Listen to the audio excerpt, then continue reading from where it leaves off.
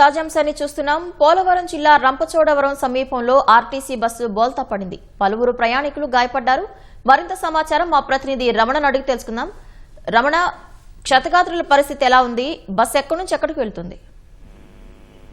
పోలవరం జిల్లాలో పెను ప్రమాదం తప్పింది.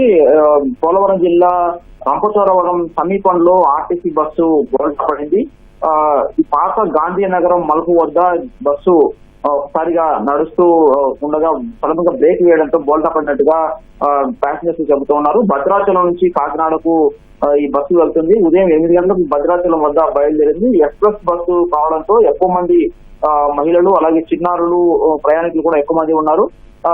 ఈ బస్సు ఒకసారిగా అదుపు తప్పి బోల్తా పడడంతో పలువురు బస్సులో వెళ్తున్నటువంటి పలువురికి గాయాలయ్యాయి. మొత్తం బస్సులో 40 మంది ప్రయాణికులు ఉన్నట్టుగా సిబ్బంది చెబుతున్నారు. అయితే ఒక్కసారిగా రహదారిపై బోల్తా పడడంతో అందరూ కూడా స్వల్ప గాయాలయ్యాయి. అయితే పక్కనే లోయ కూడా ఉన్నటువంటి పరిస్థితి ఉంది. అయితే కొద్దిగా అప్రమత్తత ఉండటంతో అటువైపు వెళ్లకుండా రోడ్డుపైనే బోల్తా పడిన పరిస్థితి ఉంది. అయితే వెంటనే క్షతగాత్రులందరినీ కూడా తోటి ప్రయాణికులు కావచ్చు, అలాగే ఆ రూట్ లో వెళ్తున్నటువంటి పలువురు సాయం అందించి వారందరూ కూడా సమీపంలో ఉన్నటువంటి ఆసుపత్రికి తరలించారు. ప్రస్తుతం స్వల్పంగా గాయపడిన వారందరూ కూడా ఆసుపత్రిలో చికిత్స పొందుతూ ఉన్నారు. అయితే బస్సు ప్రమాదానికి డ్రైవర్ నిర్లక్ష్యము కారణంగా కూడా తెలుస్తుంది. సడన్ బ్రేక్ వేయడంతోనే బస్సు ఒక్కసారిగా తిరగబడినట్టుగా ప్రయాణికులు కూడా చెబుతూ ఉన్నారు. ఆర్టీసీ కాకినాడ డిపో చెందినటువంటి బస్సుగా చెబుతూ ఉన్నారు. అయితే ఈ ప్రమాదంలో ముందుకు వెళ్తే కనుక పెద్ద భారీ లోయ కూడా ఉంది. అయితే పెద్ద ప్రమాదం తప్పినట్టుగా అయింది.